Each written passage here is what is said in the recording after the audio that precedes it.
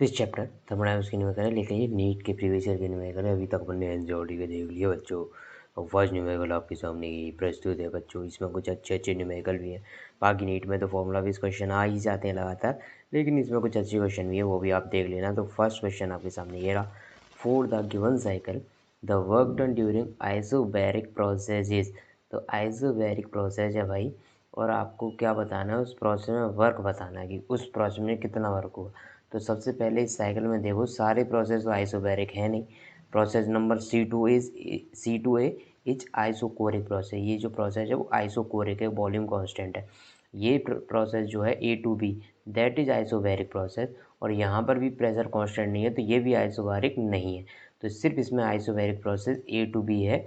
और A2B में work निकालने के लिए भाई, वर्क निकालने का फॉर्मूला आइसोबैरिक के लिए क्या होता है, इस वाली प्रोसेस के लिए क्या फॉर्मूला लगाओगे, P V final minus V initial. P कितना है इसमें, प्रेशर कितना है, 3 × 10⁻², 3 × 10⁻²। साथ में यूनिट ज़रूर लिखनी है दोस्तों। V फाइनल, फाइनल वॉल्यूम कितना है 3, इनिशियल वॉल्यूम कितना है 1, और यूनिट है मीटर क्यूब।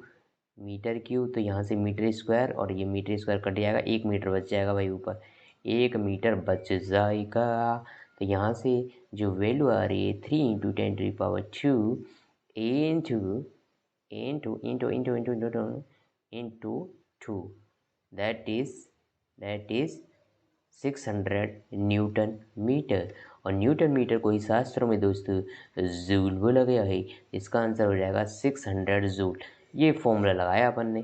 फॉर्मूला लगाने की ज़रूरत नहीं थी यदि अपने को पीवी डायग्राम दे रखा है। तो पीवी डायग्राम में जिस भी प्रोसेस का आपको वर्क डन निकालना है, उसके नीचे का पूरा पूरा एरिया लेना है, मतलब ये वाला एरिया निकाल दो आप।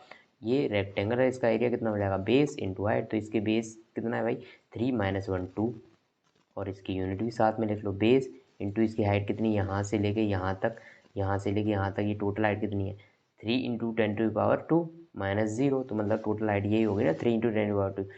यहाँ से लेके यहाँ तक पूरी हाइट देखनी है आपको, ये से लेके यहाँ तक की। तो ये 3 × 10⁻² है, 3 × 10⁻² Newton per metre square. Answer वही आ रहा है जो लास्ट केस में आया था।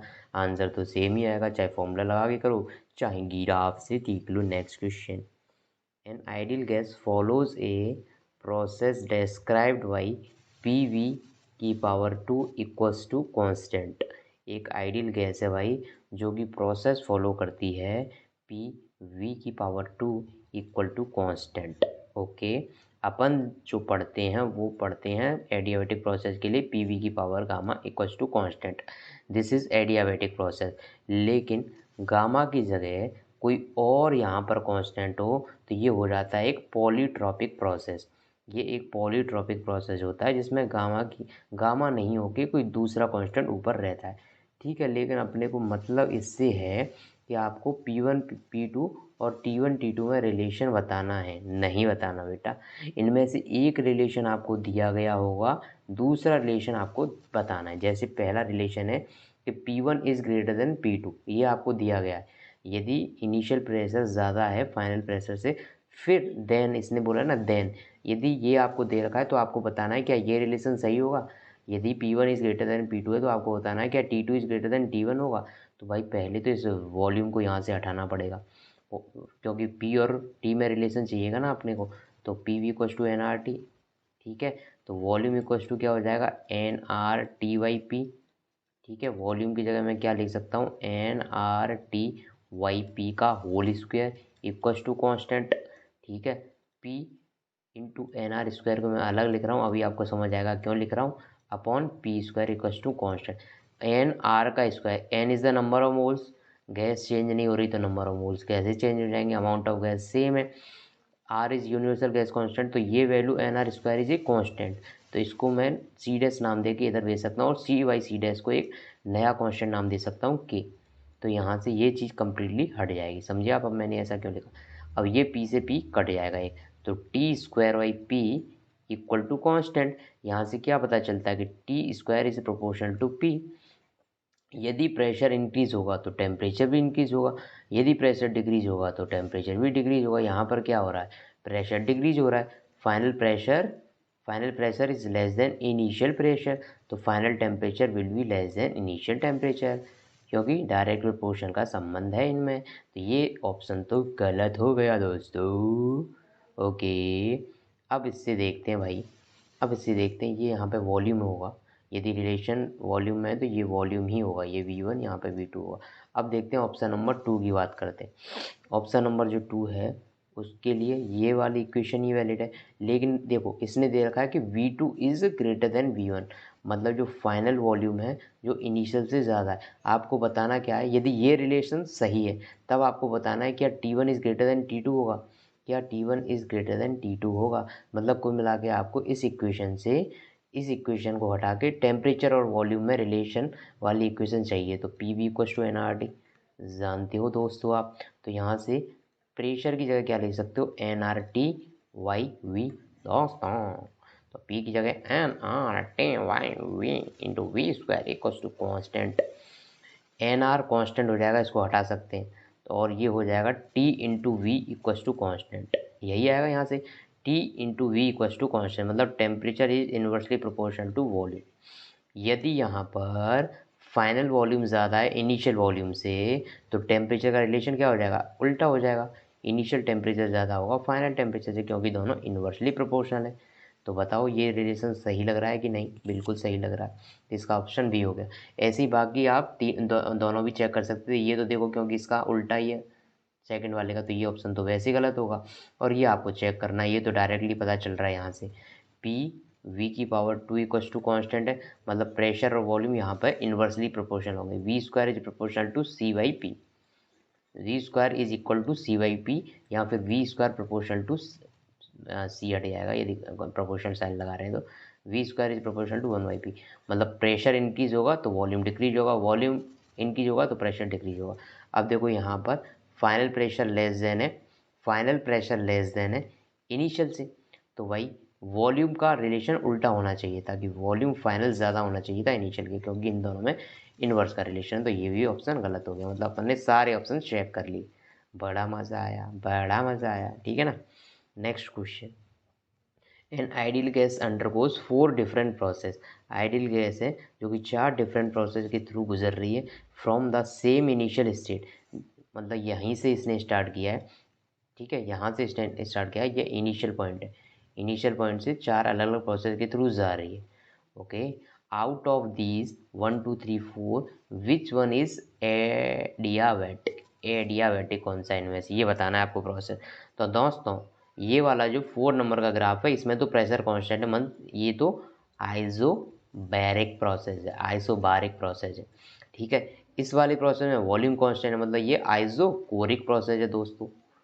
लड़ाई इन दोनों में बची है, इनमें से एक क्या है आइसोथर्मल और एक है एडियाबैटिक, लिखा है ना, 4 प्रोसेस के नाम दिए, इनमें से एक आइसोबैरिक है, आइसोकोरिक, ये तो अपन ने पहचान लिया, अब ये 2 बच गए, आइसोथर्मल कौन सा है और एडियाबैटिक कौन सा है इनमें से। दोस्तों प्यारे प्यारे दोस्तों, मेरे भोले वाले बहन भाइयों, आइसोथर्मल और एडियाबैटिक में से किसकी स्लोप ज़्यादा होती है, तो आपको पता है दोनों में से स्लोप किसकी ज़्यादा होती है, एडियाबैटिक की होती क्या है, dP/dP, यही स्लोप को बताता है।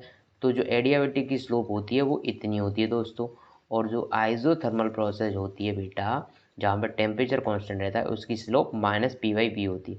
तो दोनों में से स्लोप किसकी ज़्यादा है, इसकी, एडियाबैटिक की स्लोप ज़्यादा है, कितनी ज़्यादा होती है, गामा टाइम ज़्यादा होती है इसकी स्लोप के, आइसोथर्मल की स्लोप से गामा टाइम ज़्यादा होती है।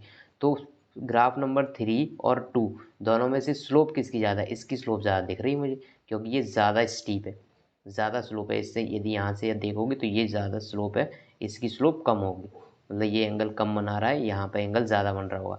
तो इसलिए 2 जो होगा, प्रोसेस नंबर 2 जो होगा वो एडियाबैटिक होगा, और प्रोसेस नंबर जो 3 होगा वो आइसोथर्मल होगा। तो आपका आंसर होगा प्रोसेस 2 इज एडियाबैटिक प्रोसेस, मतलब option C is correct option. Next question, two cylinders A and B of equal capacities are connected to each other via a stopcock। ये जो है भाई इक्वल कैपेसिटी मतलब वॉल्यूम सेम है, ये same to same question NCERT से उठा के आपको दे दिया। एनसीईआरटी में तो इससे बहुत ज़्यादा पूछा गया है, यहाँ पे जो पूछा है ना उसका 4 गुना पूछा गया एनसीईआरटी में, क्योंकि इसके 4 पार्ट थे, यहाँ पर सिर्फ आपको एक पार्ट दे रखा है, ठीक है, और वो भी बहुत ईजी वाला। वो भी बहुत इजी वाला जो कि डायरेक्टली क्वेश्चन में दे ही रखा है, वो ही उठा के पूछ लिया। यहाँ पर ये जो है इसमें वॉल्यूम, इसमें गैस भरी हुई है वी पर, ये इवैक्यूएटेड है, मतलब इसके अंदर कोई भी गैस नहीं है, ठीक है, वैक्यूम है। एनसीईआरटी का सेम टू सेम क्वेश्चन उठा दिया। अब इन्होंने क्या किया, थोड़े टाइम के बाद ये यहाँ से स्टॉपर हटा लिया। जैसे ही स्टॉपर को हटाओगे दोस्तों, ये गैस है वो पूरे इसमें फैल जाएगी। मतलब इनिशियल वॉल्यूम वी था, फाइनल वॉल्यूम कितना हो जाएगा, इनिशियल वॉल्यूम वी था, फाइनल वॉल्यूम इसका कितना हो जाएगा 2V, फाइनल वॉल्यूम कितना हो जाएगा 2V। और इसमें बोला गया है एट स्टैंडर्ड टेम्परेचर प्रेशर में भरी हुई है, ठीक है। Cylinder B is completely evacuated, the entire system is thermally insulated, पूरा का पूरा सिस्टम जो थर्मली इंसुलेटेड है, मतलब यहाँ से सिस्टम से ना तो बाहर हीट जा सकती है, ना तो अंदर हीट आ सकती है, ना तो अंदर हीट आ सकती है। Entire system is thermally insulated.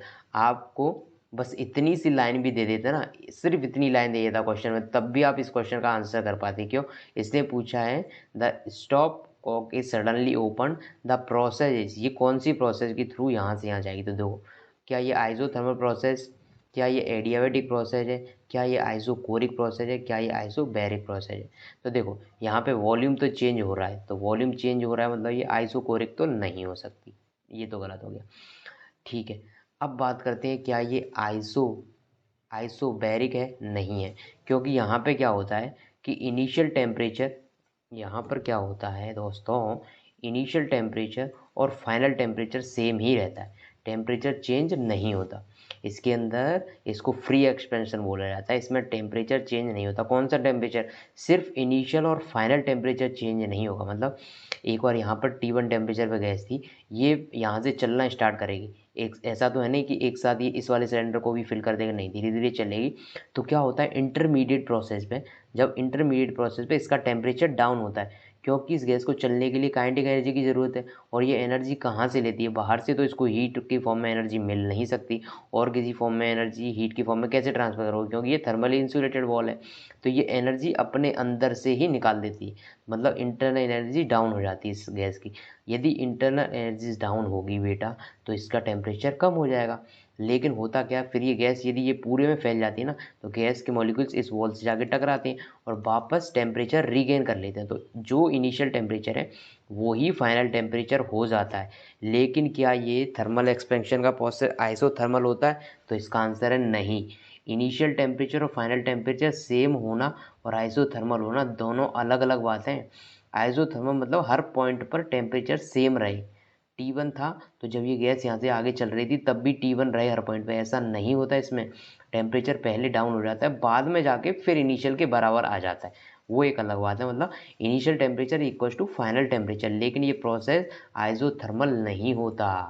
Process ठीक है, एक बार यदि आप देखोगे तो ऐसा लगेगा आपको कि temperature initial is equal to temperature final है, तो प्रोसेस आइसोथर्मल होगा। नहीं बेटा, यहाँ पर टेम्परेचर इनिशियल और फाइनल सेम है, लेकिन इंटरमीडिएट स्टेट पे टेम्परेचर चेंज हो रहा होता है, ठीक है, ओके। अब बात कर लेते हैं एडियाबैटिक प्रोसेस। बिल्कुल भाई, यहाँ पर हीट का कोई एक्सचेंज नहीं हो रहा सराउंडिंग के साथ, तो ये एडियाबैटिक प्रोसेस होता है। अब देखो, फाइनल और इनिशियल पॉइंट के बीच में क्या आप PV = nRT यदि आप देखो तो इनिशियल और फाइनल टेम्परेचर सेम है। स्टेट 1 से स्टेट 2 आप जाओगे तो इनिशियल और फाइनल टेम्परेचर सेम है, मतलब NR भी कांस्टेंट, टेम्परेचर भी कांस्टेंट। कब? सिर्फ इनिशियल और फाइनल पॉइंट के लिए, इंटरमीडिएट पे टेम्परेचर चेंज होता है इसमें। तो P1 V1 = P2 V2, P1 V1 = P2 V2। Initial pressure पता नहीं, इनिशियल प्रेशर वैसे पता है इसमें। इसने बोला है कि जो गैस भरी हुई है ना, standard temperature and standard pressure पर है, तो स्टैंडर्ड प्रेशर 1 atm होता है, मतलब इनिशियल प्रेशर पता है आपको, इनिशियल प्रेशर 1 atm है। इनिशियल वॉल्यूम कितना है V, फाइनल प्रेशर निकालना है, फाइनल वॉल्यूम कितना हो गया 2V। तो यहाँ से फाइनल वॉल्यूम कितना हो जाएगा, फाइनल प्रेशर कितना हो जाएगा, इनिशियल प्रेशर का आधा। फाइनल प्रेशर कितना हो जाएगा, इनिशियल प्रेशर का आधा, ठीक है, ओके। ये आपको क्वेश्चन पूरी 100% तरीके से समझ आ गया। ये NCERT का उठा के डायरेक्ट क्वेश्चन दे दिया, और एक छोटा सा पार्ट दिया उसका भी छोटा सा पार्ट दिया है। यहाँ पर मैं पूछूं आपको, क्या इंटरनल एनर्जी में चेंज हुआ? नहीं हुआ। इनिशियल और फाइनल पॉइंट के लिए बात हो रही है सिर्फ और सिर्फ, क्योंकि इंटरमीडिएट पॉइंट्स पे यहाँ पर टेम्परेचर चेंज हुआ है, लेकिन फाइनली इनिशियल टेम्परेचर और फाइनल टेम्परेचर सेम हो जाता है। फाइनली इनिशियल टेम्परेचर और फाइनल टेम्परेचर चेंज हो जाता है। तो फाइनल टेम्परेचर और इनिशियल टेम्परेचर सेम है, तो चेंज इन इंटरनल एनर्जी यहाँ पे कितना हुआ, 0। इंटरनल एनर्जी में कोई भी चेंज नहीं आया।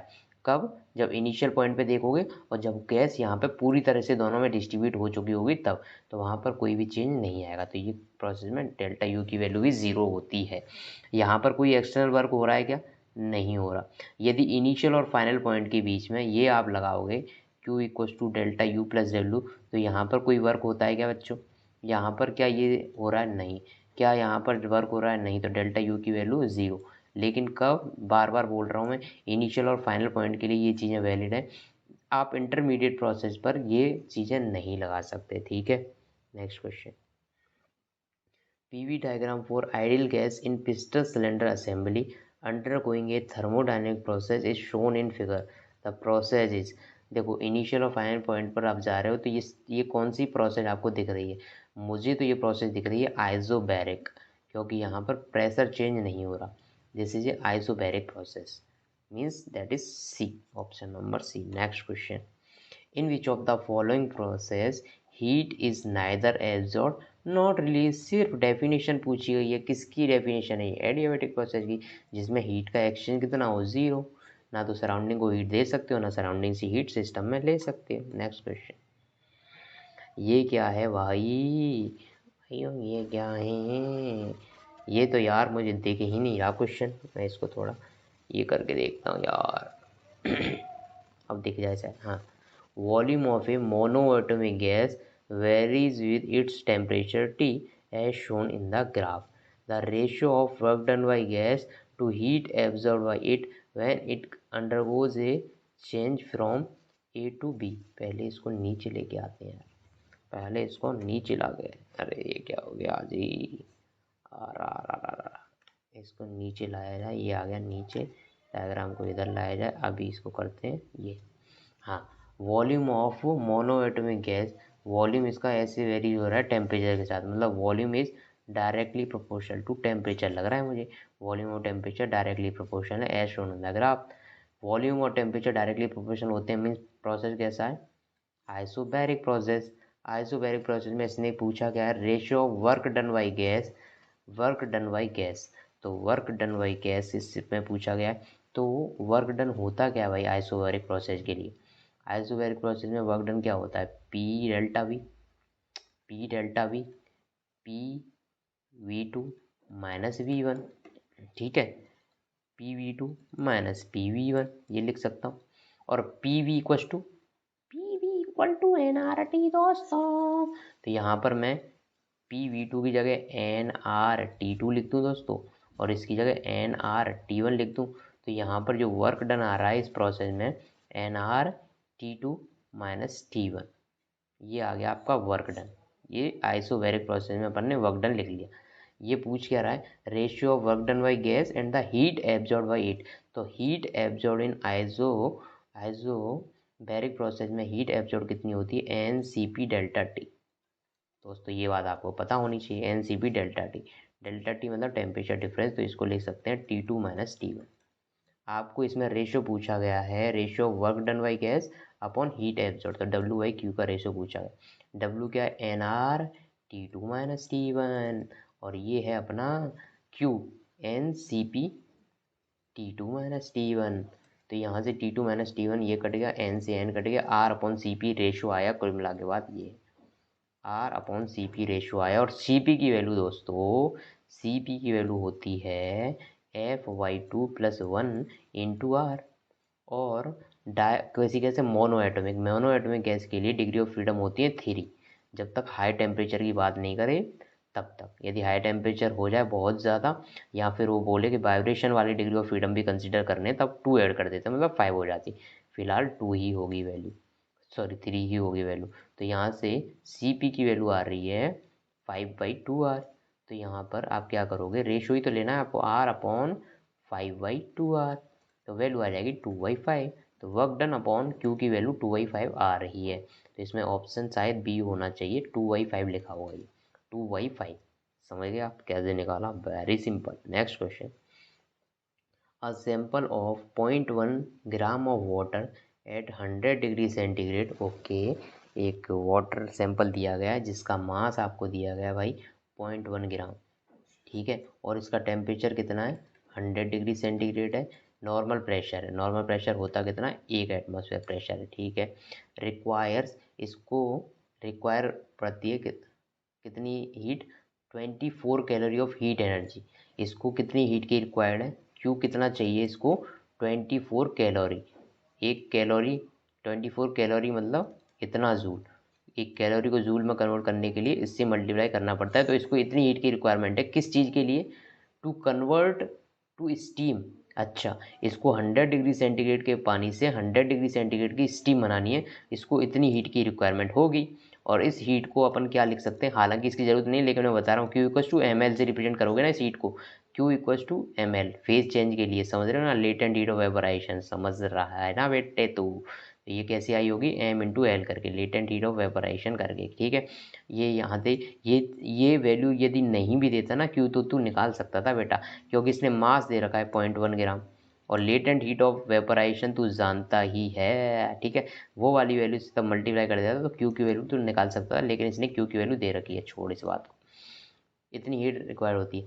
If the volume of steam produced is 167 cc, यहाँ पर जो आपको वॉल्यूम मिला फाइनल वॉल्यूम वो मिला 167.1 सेंटीमीटर क्यूब, या फिर मैं इसको लिख दूँ 167.1 इंटू 10⁻⁻² की पावर 3 मीटर क्यूब, समझ रहे हो, सेंटीमीटर में कितने मीटर होते हैं 10⁻², एक सेंटीमीटर में कितने मीटर होते हैं 1/100, तो ये वैल्यू आ जाएगी यहाँ से, तो फाइनल वॉल्यूम जो आया इसका 167.1 अपॉन 10⁻6 मीटर क्यूब, ये वॉल्यूम है।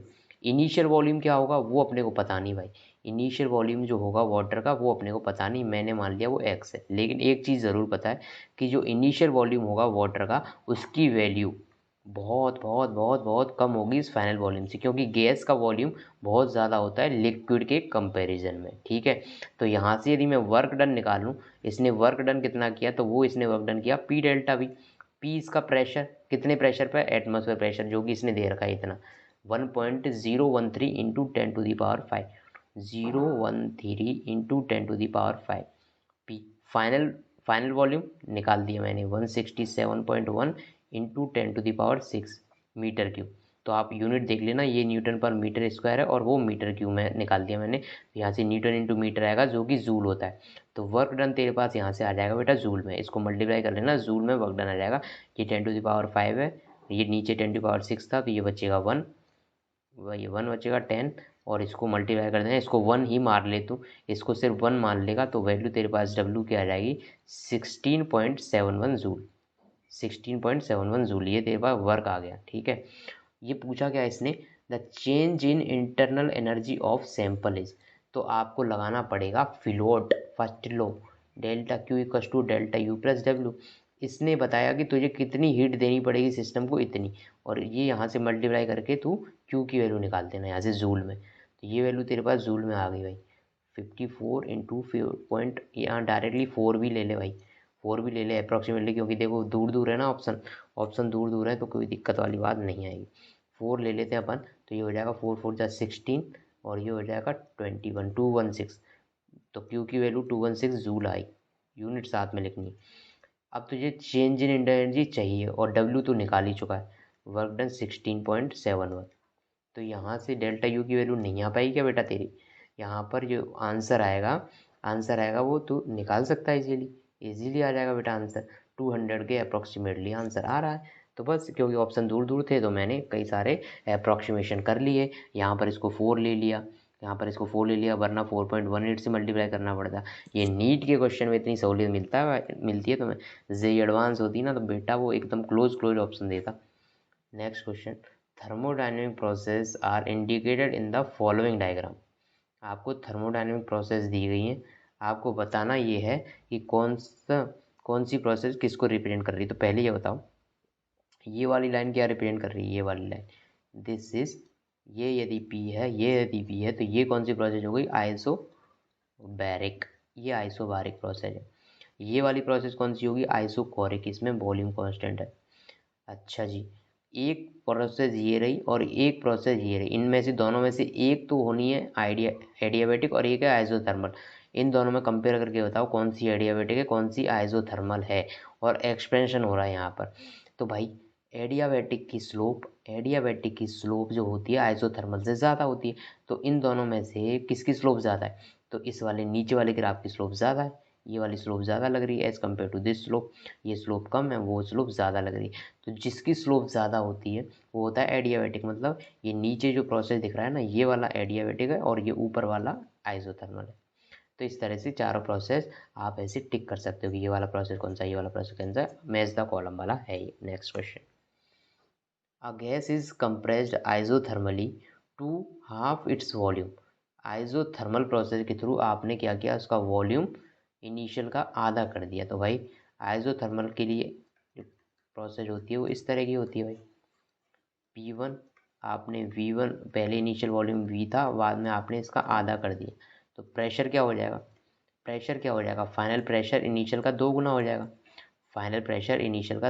जाएगा, ठीक है। अब क्या किया आपने, the same gas is compressed separately through a adiabatic process. अब आपके पास जो गैस है आप उसको एडियाबेटिकली कंप्रेस कर रहे हो। अब इसके लिए आपको पता होना चाहिए कि देखो यहाँ पर जो प्रेशर है वो उसके इनिशियल प्रेशर का 2 गुना है, और यहाँ पर जो वॉल्यूम था फाइनल वॉल्यूम वो इनिशियल वॉल्यूम का आधा था। यही बात थी, यहाँ तक अपन पहुँच गए। आप इसको फर्दर क्या कर रहे हो, फर्दर कंप्रेस कर रहे हो एडियाबेटिक प्रोसेस के थ्रू, ठीक है। Until its volume is again reduce to half. कब तक कंप्रेस कर रहे हो, जब तक इसका वॉल्यूम वापस आधा नहीं हो जाए। मतलब जो V3 है वो V2 का आधा होगा, मतलब इसका आधा इस, तो मतलब जो V3 है वो इनिशियल वॉल्यूम का कितना हो जाएगा, 1/4, ठीक है। Okay, until its volume is reduced to half, then compressing the gas through adiabatic process will require more work to be done। Okay C okay okay okay okay okay. आपसे क्या पूछ रहा है, कंप्रेसिंग द गैस थ्रू एडिया, ना ना ना ना ना ना ना ना, ये वाला केस नहीं है बेटा। सेम गैस को कर रहा है ये, लेकिन ये इनिशियली देखो, मैंने थोड़ा सा यहाँ पर देखो ये गलत पढ़ लिया तो वो गलत हो गया हो। ये बोल रहा है कि एक बार मैंने क्या किया, गैस ली और उसको मैंने उसका वॉल्यूम हाफ कर दिया, किस प्रोसेस के थ्रू, आइसोथर्मल प्रोसेस के थ्रू। अब मैंने दूसरे केस में वापस इनिशियल से गैस ली, इनिशियली में गैस ली और उसको मैंने वॉल्यूम हाफ कर दिया, किस प्रोसेस के थ्रू, एडियाबेटिक प्रोसेस के थ्रू। पूछना ये चाह रहा है कि आपको दोनों कंप्रेशन में किस में ज़्यादा वर्क करना पड़ेगा। तो देखो इसको आपको डायग्राम से सॉल्व करना पड़ेगा। यहाँ पे कंप्रेशन हो रहा है, इनिशियल वॉल्यूम V1 है, बाद में फाइनल वॉल्यूम दोनों केस में V1/2 हो गया। तो यदि आप यहाँ से यहाँ तक जाओ, ये एडियाबेटिक के थ्रू, और यहाँ से यहाँ तक ही जाओ आप आइसोथर्मल के थ्रू, दोनों में वॉल्यूम आपको आधा करना है। पहले ये बताओ इनमें से, ये कंप्रेशन के ग्राफ है, इनमें से कौन सा एडियाबेटिक का होगा, कौन सा आइसोथर्मल का होगा, कौन सा ग्राफ आइसोथर्मल का होगा एंड कौन सा ग्राफ एडियाबेटिक का होगा दोस्तों, कौन सा प्रोसेस होगा बताओ, कौन सा ग्राफ होगा इसमें से एडियाबेटिक, कौन सा आइसोथर्मल। जब एक्सपेंशन की बात हो रही थी, एक्सपेंशन की बात होती है तो जो नीचे ग्राफ दिखता है ना, जो नीचे ग्राफ दिखता है वो एडियाबेटिक का होता है एक्सपेंशन में, क्योंकि यहाँ पर इसकी स्लोप ज़्यादा होती है और यहाँ पर इसकी स्लोप कम होती है। अब जब ये कंप्रेशन का ग्राफ हो रहा है ना, जब ये कंप्रेशन हो रहा है बच्चों, तो जो ऊपर वाला ग्राफ होता है वो एडियाबेटिक का होता है बेटा, जो ऊपर वाला ग्राफ होता है एडियाबेटिक का, जो नीचे वाला ग्राफ होता है वो आइसोथर्मल का होता है, वो आइसोथर्मल का होता है दोस्तों, ठीक है, समझ गया।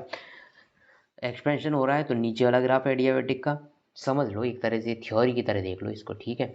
और जब कंप्रेशन हो रहा हो तो ऊपर वाला ग्राफ एडियाबेटिक का। ऐसा क्यों होता है, स्लोप की वजह से। यहाँ पर देखो ऊपर वाले ग्राफ की स्लोप ज़्यादा है एज़ कम्पेयर टू नीचे वाले ग्राफ की स्लोप। यहाँ पर क्या हो रहा है, नीचे वाले ग्राफ की स्लोप ज़्यादा है एज़ कम्पेयर टू ऊपर वाले ग्राफ, इतनी सी बात है। लेकिन आपको डायरेक्ट याद रखना है तो ऐसे रख सकते हो, कंप्रेशन में ऊपर वाला एडियाबेटिक और एक्सपेंशन में नीचे वाला एडियाबेटिक। यहाँ पर ऊपर वाला ग्राफ एडियाबेटिक का है, नीचे वाला कंप्रेशन का। अब बताओ मुझे पीवी डायग्राम में एरिया कैसे निकालते हो, एरिया अंडर द कर्व। तो एडियाबेटिक के लिए जो वर्क डन होगा वो पूरा इतना एरिया होगा, ठीक है, इसके अंडर का एरिया। और आइसोथर्मल के लिए आप निकालोगे तो कितना एरिया होगा, बस इसके नीचे का एरिया, सिर्फ इसके नीचे का। तो बताओ वर्क डन किस प्रोसेस में ज़्यादा होगा, एडियाबेटिक में, ऑब्वियसली दिख रहा है। Work done in adiabatic process is greater than work done in isothermal process. तो यहाँ पर एडियाबैटिक का वर्क डन ज़्यादा होता है कंप्रेस करने में एज कम्पेयर टू आइसोथर्मल, बशर्ते आप वॉल्यूम कंप्रेशन सेम करना, ऐसा नहीं अलग अलग वॉल्यूम के लिए कंपेयर नहीं कर सकते आप। इनिशियल वॉल्यूम V1 से आपको दोनों ही केस में हाफ करना है वॉल्यूम, ठीक है। नेक्स्ट क्वेश्चन पे आते हैं। shows two path that may be taken by a gas to go from state A to state C in the process AB. In the process AB, 400 joule of heat is added to the system and in process BC आपने क्या किया, आप AB से गए ना, तो आपने system में 400 जूल हीट ऐड करी, ठीक है। इन प्रोसेस BC आपने 100 जूल हीट सिस्टम में ऐड करी। The heat absorb by gas in process AC will be, process AC में इस सिस्टम ने कितनी हीट एब्जॉर्ब करी। The heat absorb by system in process AC, system इसमें AC में कितनी हीट एब्जॉर्ब करी। तो इसको करने के भाई, इसको यदि आपको सॉल्व करना है तो इसके बहुत सारे तरीके हैं दोस्तों, इसके बहुत सारे तरीके हैं। यदि मैं इसको साइक्लिक प्रोसेस मान लूँ, प्रोसेस A से मैं चला और A पर ही पहुँच गया, यदि मैं इसको A से, मैं इस प्रोसेस को ऐसे रिवर्स करके जहाँ से चला वहीं पहुँच जाऊँ, तो आप मुझे बताओ साइक्लिक प्रोसेस के लिए Q equals to delta U plus W लिख सकता हूँ। Q किसके लिए, पूरी साइकिल के लिए Q, डेल्टा U पूरी साइकिल के लिए और वर्क पूरी साइकिल के लिए, ठीक है, ऐसे ही लिखूँगा। Q पूरी साइकिल के लिए क्या क्या होगा, Q इन AB प्लस Q इन BC प्लस Q इन CA। लेकिन CA की बात नहीं हो रही, बात हो रही AC की, इसने अपोजिट साइन लगा रखा है ना, तो आपको यहाँ पर माइनस साइन लगाना पड़ेगा और CA ना लेके AC लेना पड़ेगा अपोजिट साइन की। तो ये टोटल इसमें हीट का एक्सचेंज हो रहा होगा, ठीक है। डेल्टा U, आप जिस जगह से पहुँचे और उसी जगह पर वापस आ गए, जिस जगह से निकले उसी जगह पर वापस आ गए, मतलब change in internal energy is zero, because internal energy is a state function. आप जिस स्टेट से निकले वैसी स्टेट पर वापस आ गए, मतलब ये वैल्यू ज़ीरो हो जाएगी भाई, ये वैल्यू ज़ीरो होने वाली है, ये वैल्यू ज़ीरो होने वाली है। और वर्क डन इन साइकिल, इस साइकिल का यदि वर्क डन आपको चाहिए, ये मैंने कैसे साइकिल कंसिडर करी, ऐसे करी ना, तो ये क्लॉकवाइज साइकिल हो गई। वर्क डन कैसे निकालते हैं साइकिल का, इसके अंडर का एरिया, तो इसका एरिया कैसे निकालोगे, हाफ इंटू इसका बेस, ट्राइंगल का बेस कितना, ये रहा बेस कितना है 4 minus 2 into 10 to the power minus 3, मतलब 2 into 10 to the power minus 3, यही बेस है ना। 4 माइनस 2 करना है आपको बेस, और हाइट कितनी है इसकी 6 माइनस 4, 6 माइनस 2, 6 माइनस 2 मतलब 4 into 10 to the power 4 pascal मतलब न्यूटन पर मीटर स्क्वायर, और ये मीटर क्यूब में, तो जूल में आंसर आएगा। तो यहाँ से वर्क डन आ जाएगा बेटा तेरा, ये कट गया यहाँ से, वर्क डन आया तेरा 40, वर्क डन आया तेरा 40 न्यूटन मीटर मतलब 40 जूल। वर्क डन है तेरे पास यहाँ पर पूरी साइकिल का, ये रहा वर्क डन है तेरे पास, ओके। क्यू ए बी इसने दे रखा है, इस सिस्टम ने कितनी हीट एब्जॉर्ब करी ए से बी में 400, क्यू बी सी ये भी दे रखा है तुझे 100, ठीक है। और तुझे निकालना क्या है क्यू ए सी निकालना है। यदि तुझे प्लस साइन लगाना होता तो यहाँ पर अपने क्यू सी ए लिख सकते थे, समझ गया। तो क्यू सी ए की वैल्यू तेरी यहाँ से आ जाएगी, जो भी तू निकालेगा 400 माइनस 40 माइनस ये 500, 40 माइनस 500 मतलब 460 माइनस में आएगी 460 जूल माइनस में। लेकिन ये क्यू सी ए आई है तेरे पास, क्यू सी ए तुझे चाहिए क्यू ए सी, सी ए और ए सी में क्या डिफरेंस आएगा ये पता है तुझे, क्यू ए सी और सी ए में क्या डिफरेंस आएगा। ए सी ए का मतलब क्या हुआ, यदि एक डायरेक्शन इस डायरेक्शन में चलना, यदि हीट एब्जॉर्ब हो रही है तो दूसरी डायरेक्शन में वो हीट रिजेक्ट होगी, इसलिए वो आंसर पॉजिटिव नेगेटिव का डिफरेंस आ जाएगा। तो यहाँ से प्लस 460 आंसर आ जाएगा, प्लस 460 आ जाएगा ए सी का आंसर। कोई डाउट बेटे, आ रहे हैं भोले भंडारी, कोई डाउट तो नहीं है। अब ये तो मैंने एक तरीका बताया सोचने का, आप दूसरी तरीके से इसको सोच के और आंसर निकालो। इसका आंसर आपको दूसरी तरीके से सोच के निकालना कि एसी प्रोसेस में कितनी हीट एब्जॉर्व हो पाएगी। इसके लिए मैं आपको हिंट दे दूँ दोस्तों, इसके लिए मैं आपको हिंट दे देता हूँ। आप देखो किसी तरह से सी और ए में you see minus U A की वैल्यू निकाल दो, डेल्टा यू की वैल्यू निकाल दो, मतलब इस वाले प्रोसेस के लिए सी टू ए के लिए डेल्टा यू की वैल्यू निकाल दो।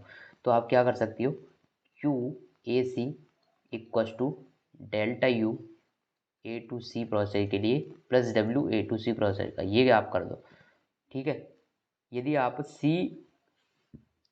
ये डेल्टा यू ए सी की वैल्यू निकाल दो ना, तो ये वैल्यू क्या होगी, यू सी माइनस यू है। ये वैल्यू आपको निकालनी है। डब्ल्यू आप इजीली निकाल सकते हो इस ए सी प्रोसेस के लिए, इसके अंदर ये वाला एरिया, इसके नीचे वाला पूरा एरिया। कैसे निकालोगे, यहाँ तो इसको एक ट्राइंगल, ये एक ट्राइंगल और एक रेक्टेंगल में तोड़ लो, या फिर ये ट्रेपेजियम है और ट्रेपेजियम का area 1/2 into sum of parallel side into distance between parallel side, मतलब इसका और इसकी हाइट ऐड करनी है मल्टीप्लाइड बाई इनके बीच की डिस्टेंस, और 1/2 से मल्टीप्लाई कर देना, ट्रेपेजियम का एरिया आ जाएगा। नहीं आता तो इसको दो पार्ट में तोड़ लो, एक ये ट्राइंगल बन गया ऊपर, ये रेक्टेंगल, दोनों को ऐड कर दो, ये आ जाएगा इसका एरिया। ठीक है, तो वर्क डन निकाल दोगे ए सी प्रोसेस का, you see minus U A निकाल दो तो आपको क्यू ए सी की वैल्यू मिल जाएगी। You see minus U A निकालना आपकी जिम्मेदारी है, आप सी और ए पॉइंट में डेल्टा यू का डिफरेंस आप निकाल दो तो। ठीक है, समझ गए बेटा, कोई दिक्कत नहीं होनी चाहिए बेटा। ठीक है, ओके, आगे बढ़ जाते हैं। नेक्स्ट है 1 mole of ideal diatomic gas undergoes a transition from A to B along a path AB as shown in figure. Okay, the change in internal energy of gas during the transition is. Okay, आपको बताना है कि ए to be process में जाने में internal energy में कितना change हुआ। 1 मोल गैस है, एन की वैल्यू 1 है। गैस कैसी है, डाया एटोमिक, तो एफ की वैल्यू कितनी है, 5 है। एफ की वैल्यू 5 है। A to B along the path A B, change in internal energy. Okay, आपको इंटरनल एनर्जी में चेंज बताना है। तो दोस्तों इंटरनल एनर्जी में चेंज बताने के लिए आप जानते हो formula, delta U equals to N C V D T, N C V T2 minus T1। लेकिन प्रॉब्लम यहाँ पर ये है कि आपको यहाँ ए से भी जा रहे हो ना, आपको इस जगह का टेम्परेचर पता है क्या, ये T V minus T A लिखता हूँ आपके लिए, यहाँ पर फाइनल माइनस इनिशियल यही है ना, ये टी वी और ये पता है क्या, नहीं पता। लेकिन इन दोनों जगह पे आपको प्रेशर और वॉल्यूम की वैल्यू पता है दोस्तों। किलो पास्कल दे रखा है यहाँ पर, ध्यान रखना, यहाँ पर देखो प्रेशर और वॉल्यूम की वैल्यू पता है। तो आप जानते हो P V equals to N R T, ideal gas equation लिख सकते हो। तो यदि प्रेशर आपको टी वी पता चलना है तो आप कैसे निकालोगे, T V P V V V upon N R. जी हाँ दोस्तों, टी ए कैसे निकालोगे दोस्तों, P A V A upon N R. आ गया जी, मौजा ही आ गया। एन नंबर ऑफ मोल्स कितने दे रखे हैं, 1। सी वी की वैल्यू इजीली लिख सकते हैं F/2 into are. C we क्या होता है, F/2 इंटू आर। एफ क्या है यहाँ पर, degree of freedom, degree of freedom की वैल्यू पता है, वो तो कोई दिक्कत वाली बात नहीं है, F/2 into R. T B P V V V minus P A V A upon N R. दोस्तों एन से एन चला जाएगा, वैसे 1 है वो, कोई दिक्कत नहीं, आर से आर चला जाएगा। F is 5, F is 5। अब पी वी और वी वी की बात कर लेते हैं भाई। इस जगह पे प्रेशर पता है आपको 2, कितना, 2 किलो पास्कल, मतलब 2 into 10⁻³ Newton per metre square, 2 into 10⁻³, 2 into 10⁻³ और इस जगह पे वॉल्यूम कितना है, 6 मीटर क्यूब, 6 मीटर क्यूब, तो ये 6 हो जाएगा। अब ये जूल में होगा आंसर, क्योंकि अब यहाँ पर प्रेशर हो गया न्यूटन पर मीटर स्क्वायर में और वॉल्यूम हो गया मीटर क्यूब में, तो आ गया न्यूटन इंटू मीटर जो कि जूल होता है, minus P A into V A. यहाँ पर प्रेशर की बात करें 5 इंटू 10⁻³ और यहाँ पर वॉल्यूम की बात कर लें दोस्तों तो वो है 4, ये हो जाएगा 4। ओके ठीक है, यस यही आपका आंसर हो जाएगा, इसको कैलकुलेट कर लेना, यही आपका आंसर आ जाएगा। Internal energy in joule, joule आएगी। आप इसको किलो जूल में चाहते हो तो किलो जूल में निकाल देना, 10⁻³ से मल्टीप्लाई कर देना तो किलो जूल में आंसर आ जाएगा। किलो जूल में चाहते हो तो 10⁻³ से मल्टीप्लाई कर देना, किलो जूल में आ जाएगा, क्योंकि ये आंसर तो जूल में आने वाला है आपका। अच्छा, मजा आया। Next question, an ideal gas is compressed to half its initial volume by means of several process, which of the following process is doing maximum work। आपको अच्छा, एक आइडियल गैस है, पीवी डायग्राम बना लेते हैं इसका। आप इसको डिफरेंट प्रोसेस के थ्रू आप कंप्रेस कर रहे हो, तो पहला प्रोसेस इसमें आइसोबैरिक प्रोसेस के थ्रू आपने इसको कंप्रेस किया, प्रोसेस 1। दूसरे प्रोसेस में क्या किया आपने, दूसरे प्रोसेस में क्या किया, आप आइसोकोरिक के थ्रू कंप्रेस कर सकते हो, कर ही नहीं सकते। आइसोकोरिक की डेफिनेशन क्या है कि जिसमें वॉल्यूम चेंज नहीं हो, तो कंप्रेस कैसे करोगे, कंप्रेशन का मतलब तो वॉल्यूम चेंज करना, कम करना होता है, वॉल्यूम चेंज नहीं होगा, तो आइसोकोरिक वाला केस तो हट ही गया। तो भाई इसमें आइसोबैरिक, यदि आइसोकोरिक शायद लास्ट वाला है तो वो तो वैसे ही हट गया, क्योंकि आइसोकोरिक में तो कंप्रेशन हो ही नहीं सकता। आइसोबैरिक के लिए मैंने डायग्राम बना दिया, एक है एडियाबैटिक, एक है आइसोथर्मल। तो ये बताओ, यहाँ से यहाँ मैं जा रहा हूँ, एक ये ग्राफ है और एक ये रहा, दोनों में से ये बताओ एडियाबैटिक कौन सा है, आइसोथर्मल कौन सा है। तो ऊपर वाला एडियाबैटिक होगा दोस्तों, ऊपर वाला एडियाबैटिक होगा दोस्तों, और ये नीचे वाला आइसोथर्मल होगा। अभी अभी मैंने बताया था कंप्रेशन में ऐसा होता है, जबकि यदि एक्सपेंशन हो रहा होता तो नीचे जो होता है वो होता है एडियाबैटिक। कंप्रेशन में जो एक्सपेंशन होता है तो नीचे वाला एडियाबैटिक होता है, ऊपर वाला आइसोथर्मल होता है। और जब एक्सपेंशन होता है तब नीचे वाला एडियाबैटिक, ऊपर वाला आइसोथर्मल। जब कंप्रेशन हो रहा था तो ऊपर वाला एडियाबैटिक, नीचे वाला आइसोथर्मल। अब देखो, आपने सेम ही कंप्रेशन किया है, सेम ही कंप्रेशन किया है, तो बताओ किसमें सबसे ज़्यादा वर्क मिलेगा। तो एडियाबैटिक में मिलेगा, क्योंकि इसके अंडर सबसे ज़्यादा एरिया है यहाँ पर, सीधी सीधी बात है। उसके बाद में नेक्स्ट नंबर पे आइसोथर्मल प्रोसेस आएगा और सबसे कम आइसोबैरिक में आएगा। आप ये भी सोच सकते हो कि सर वॉल्यूम ही तो कम हो रहा है, तो ग्राफ ऊपर क्यों जाते हैं आइसोथर्मल और एडियाबैटिक, ऐसे क्यों नहीं आते। इसमें भी तो कंप्रेशन हो रहा है, वॉल्यूम तो इसमें भी कम हो रहा है, तो नीचे क्यों नहीं आते, ऊपर क्यों जाते हैं। तो दोस्तों, प्यारे दोस्तों, पीवी की power gamma equals to constant, ये होता है किसके लिए, एडियाबैटिक के लिए। और पीवी इक्वल्स टू कांस्टेंट ये होता है किसके लिए, आइसोथर्मल के लिए। तो यहाँ पर pressure is inversely proportional to volume, same चीज़ यहाँ पर है, pressure is indirectly proportional to volume. मतलब यदि वॉल्यूम कम हो रहा है, दोनों ही में देखो, यदि वॉल्यूम कम होगा, चाहे एडियाबैटिक लो चाहे आइसोथर्मल लो, वॉल्यूम कम होगा तो प्रेशर राइज होगा। यहाँ पर वॉल्यूम भले ही कम हो रहा है दोनों में, तो लेकिन प्रेशर कम होता जा रहा है यार। प्रेशर इनिशियल तो ये था ना, ये वाला प्रेशर था इनिशियल, और फाइनल तो दोनों में कम हो गया, इसलिए नीचे जाते हुए ग्राफ नहीं बनते बेटा, ऊपर जाते हुए ग्राफ बनेंगे। समझे ना, ये बात क्लियरली समझ में आनी चाहिए। Next process, the thermodynamic system undergoes cyclic process A, B, C, D, A as shown in the figure. The work done by system in the cycle is, आपको इस सिस्टम में वर्क बताना है। A से B गए, B से C गए, C से D आए, D से A आए, कोई दिक्कत नहीं, इसमें सिर्फ आपको PV का एरिया निकालना होता है। तो एरिया निकाल के ऐड कर दो, ठीक है, ऐड करोगे सब्ट्रैक्ट करोगे, डिपेंड करेगा इनके साइन पे। तो पहले आप इस डायग्राम को देखो, नीचे वाले को, A O D A O D A O D A, ये कैसे प्रोसेस है, क्लॉकवाइज, ये है क्लॉकवाइज। तो इसका एरिया निकालना, और वो तो आएगा पॉजिटिव, यहाँ से जो भी वैल्यू आएगी पॉजिटिव। ऊपर वाले देखते, ये है एंटी क्लॉकवाइज, देखो ऐसे चल रही ना ये साइकिल, ये एंटी क्लॉकवाइज, तो इसके लिए जो वर्क डन आएगा वो नेगेटिव। तो इस वाले से वैल्यू लेना पॉजिटिव, ऊपर वाली नेगेटिव ऐड कर देना, आपका जो भी फाइनल आंसर आएगा वही आपका वर्क डन हो जाएगा। ठीक है दोस्तों, निकालूँ क्या भाई, निकाल देते हैं भाई।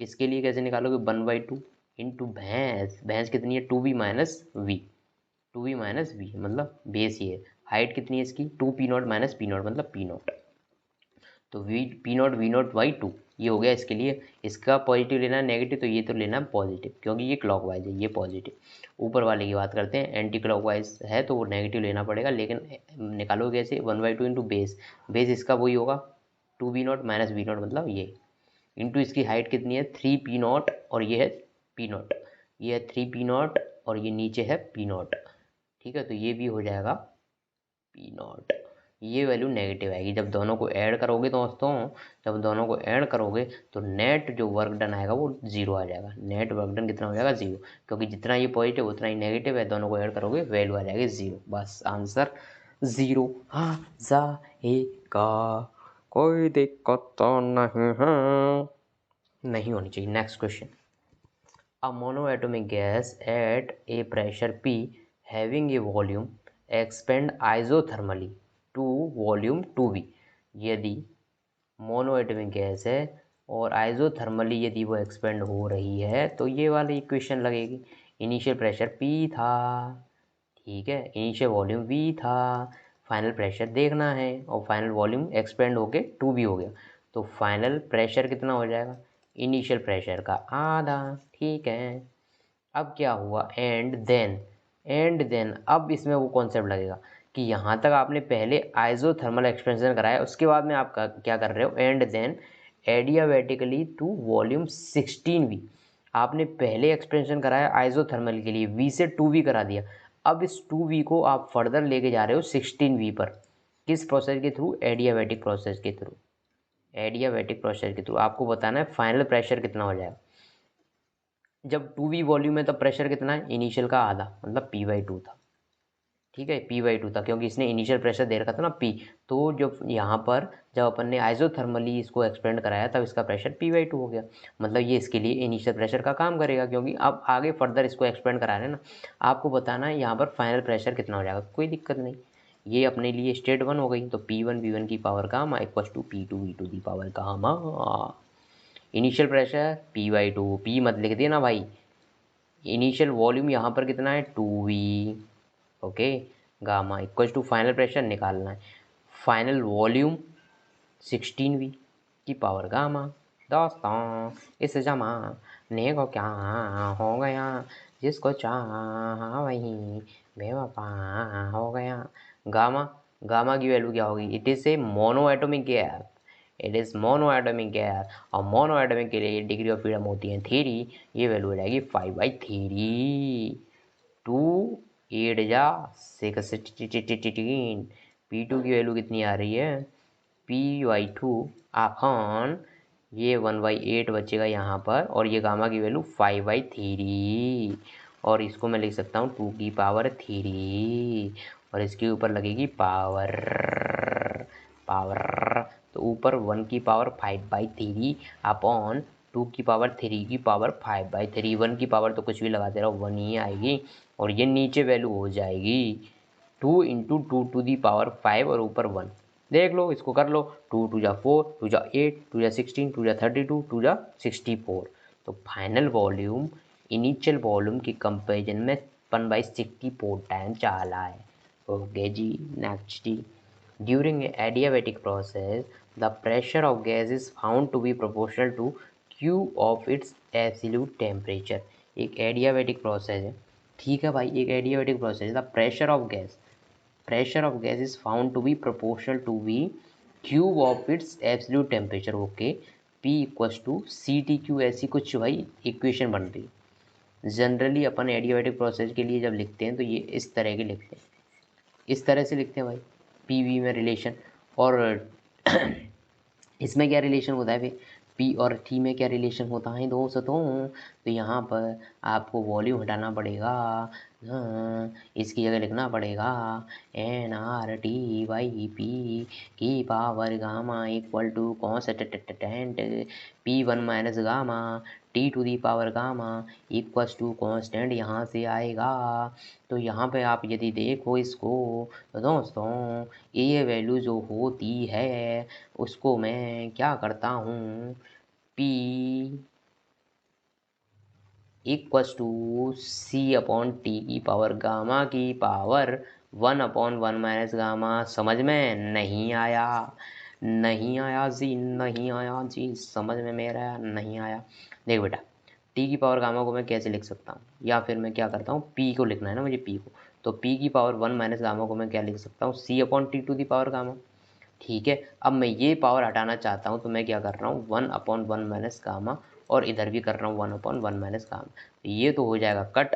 तो P इक्वल्स टू C/T की power gamma multiplied by 1 minus gamma, और इसकी पावर कुछ भी लगा दूंगा, ये कांस्टेंट वैल्यू ही आएगी। तो ऊपर वाले को K नाम दे देता हूँ, K, इस प्यार को मैं K नाम दूँ, तो दे दिया मैंने K नाम। तो T to the power gamma upon 1 minus gamma. तो यहाँ से प्रेशर की वैल्यू आ रही है K into T to the power minus gamma upon 1 minus gamma. ये याद रखना दोस्तों, ये याद रखना दोस्तों। तो यहाँ पे P equals to K T to the power minus gamma upon 1 minus gamma होती है भाई। ठीक है, मैंने मान लिया बात। और यहाँ पर इसने दे रखा है relation P equals to C into T to the power 3।